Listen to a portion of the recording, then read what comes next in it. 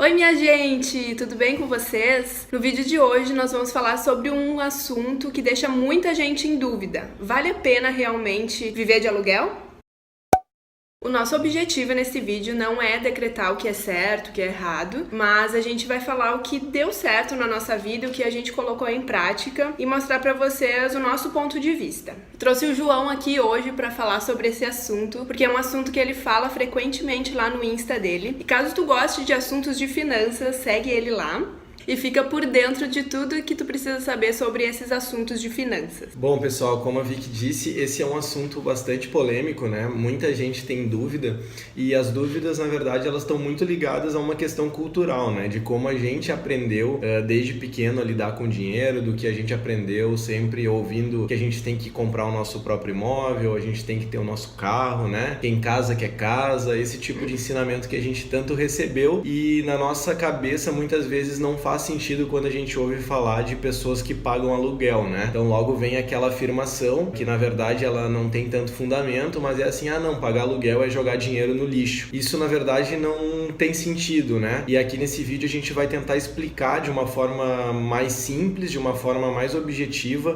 qual é o sentido de pagar aluguel e em que tipos de vantagens a gente pode encontrar nessa forma de morar. Vamos lá então. Explica pra gente quais as diferenças financeiras entre alugar um imóvel e financiá-lo. Bom, pessoal, eu já cheguei a comentar sobre esse assunto, como a Vicky disse lá no Insta, mas a verdade é que o tempo que a gente tem lá para tratar de um assunto desse acaba sendo meio pequeno. E até mesmo aqui no YouTube, para o vídeo não ficar tão extenso, a gente escolheu fazer um comparativo entre alugar um imóvel ou financiar um imóvel. Existem outras possibilidades, você pode comprar o imóvel à vista também, mas a gente escolheu o financiamento porque ele está vinculado à maioria das pessoas, a necessidade da maioria. Então hoje, se você for pegar a média dos brasileiros, a minoria tem condições de adquirir um imóvel à vista, o que faz com que a grande maioria recorra aos financiamentos imobiliários. É óbvio que existem exceções, mas como regra, alugar ele é mais vantajoso do que financiar um imóvel. Eu separei um exemplo aqui para a gente analisar isso juntos. Bom, pessoal, eu escolhi um imóvel de 100 mil reais aqui para a gente usar como exemplo. Então, quando eu falar de aluguel ou quando eu falar de financiamento, eu vou estar usando esse mesmo exemplo do imóvel de 100 mil reais. Isso vai nos ajudar aí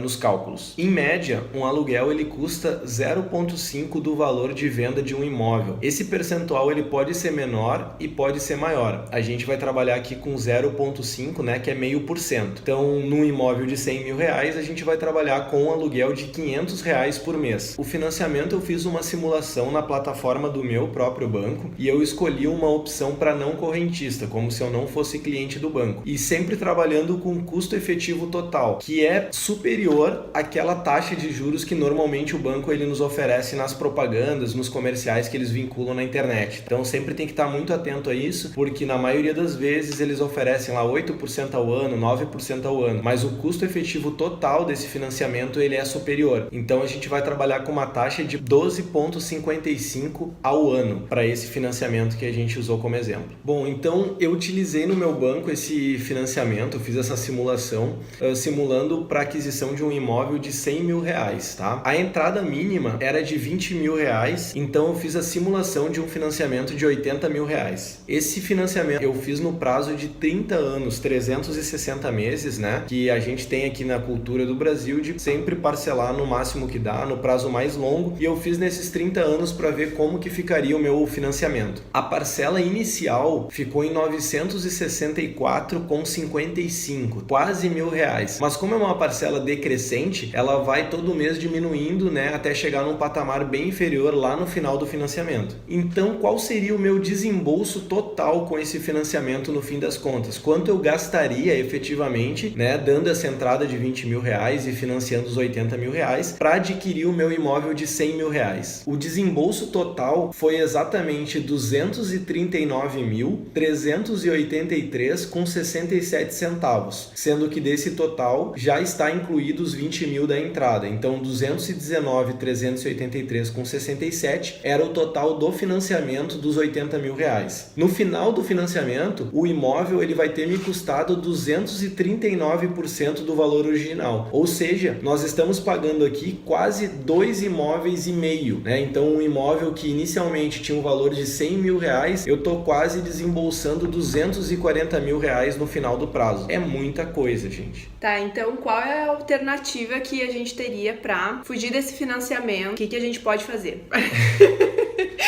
Bom, como alternativa, então, a gente vai trabalhar a questão do aluguel, tá? Se essa pessoa que vai fazer o financiamento inicialmente é comprometer quase R$1.000 com a parcela do financiamento e a opção de aluguel que a gente teria no mercado, aquele 0,5 que eu comentei lá no início, seria de aproximadamente R$500, a gente poderia fazer o quê? Usar os 20 mil reais que nós não daríamos na entrada do financiamento, né, na entrada da aquisição desse imóvel, e investir esses 20 mil reais. E além desse investimento de 20 mil reais, a gente poderia investir mensalmente a diferença da parcela do financiamento para a parcela do aluguel. Ou seja, a gente investiria todo mês R$464 com 55 centavos. Os 20 mil reais daquela entrada que a gente não vai mais utilizar porque agora a gente vai morar de aluguel, mais os R$464 com 55 centavos.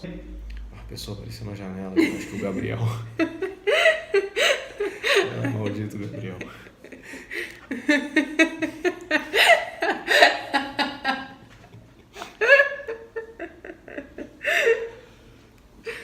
Bom, pessoal, e agora é onde a mágica acontece, a mágica dos juros compostos. Se a gente for trabalhar com um investimento com uma taxa de retorno de 0,5 ao mês, né, uma rentabilidade de 0,5% ao mês, o que não é difícil de conseguir no mercado, nas opções de investimento que a gente tem, em 10 anos, 120 meses, ou seja, em 1/3 desse tempo do financiamento, nós teríamos acumulado R$106.848 com 39 centavos. Investindo os 20 mil reais, que a gente não vai mais utilizar lá no financiamento, e investindo mensalmente R$464 com 55 centavos. O que isso quer dizer? Que em 1/3 do tempo que eu demoraria para adquirir esse imóvel de 100 mil reais, eu vou ter dinheiro suficiente para comprar esse imóvel à vista. Isso tudo já descontado imposto de renda. Então a gente optaria por morar de aluguel, né, com esses R$500 por mês, por um prazo de 10 anos, nesse período com disciplina, né? Todos os meses investindo esse mesmo valor de R$464 com 55, usando aqueles 20 mil que eu já daria de entrada no financiamento para esse investimento, e em 10 anos, 1/3 do tempo, eu já teria o valor suficiente para comprar esse imóvel à vista. Isso se eu quiser comprar, isso se fizer sentido para mim ainda comprar um imóvel. E eu nem estou falando nos outros 20 anos que ainda a gente estaria vinculado a um financiamento. Você pode continuar investindo um valor por mês e transformar esse teu montante investido num valor cada vez maior.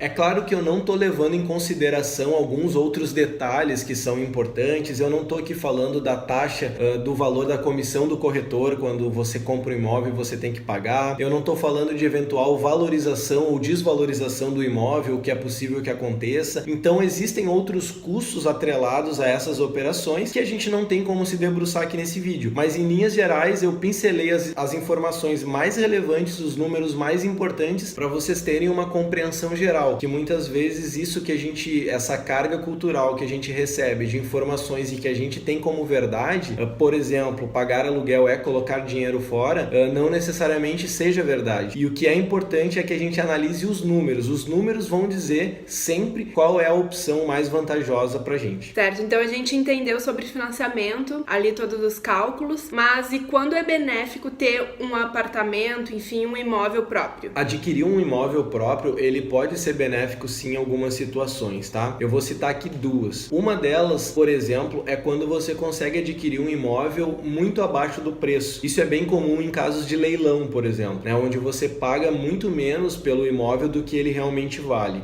Uma outra situação que de certa forma também é recorrente e você pode se deparar com essa situação é uma possibilidade de investir um imóvel numa determinada região que tende a valorizar muito, né? Então existem essas oportunidades no mercado não são tão fáceis assim de a gente acessar, mas quando você se deparar com uma situação como essa, pode ser vantajoso investir em um imóvel que em 1, 2, 5, 10 anos possa ter uma valorização muito alta e com isso você acabar ganhando o dinheiro. É claro que aqui nesse vídeo a gente está levando em consideração basicamente argumentos financeiros, né? E a gente sabe que a aquisição de bens não necessariamente eles estão ligados a questões financeiras. Então você pode muito bem ter um desejo, um sonho muito grande de comprar um imóvel num determinado lugar. Você pode estar num estágio da vida que isso seja relevante, né? Que você já tem coisas muito estabilizadas, reservas financeiras estáveis, um trabalho que você não vai mais trocar, um lugar que você já decidiu morar e talvez para você faça muito sentido adquirir o teu próprio imóvel, decorar ele exatamente como você quer, fazer os investimentos que um imóvel requer sem nenhum tipo de peso do tipo,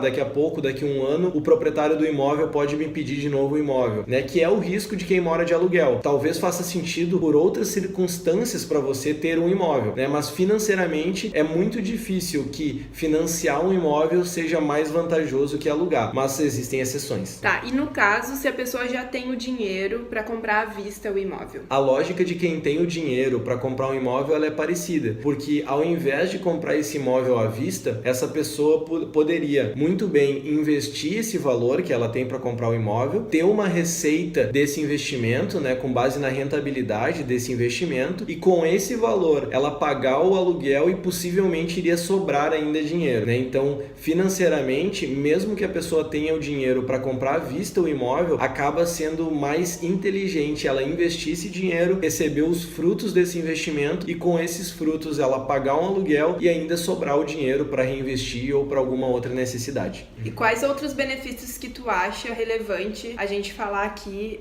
sobre morar de aluguel? Bom, uma coisa que eu acho bem relevante é a questão da mobilidade, tá? Hoje, quem tem um imóvel próprio, de certa forma, ele está engessado, ele está com a vida dele engessada. E principalmente quanto mais nova for a pessoa, de idade, né?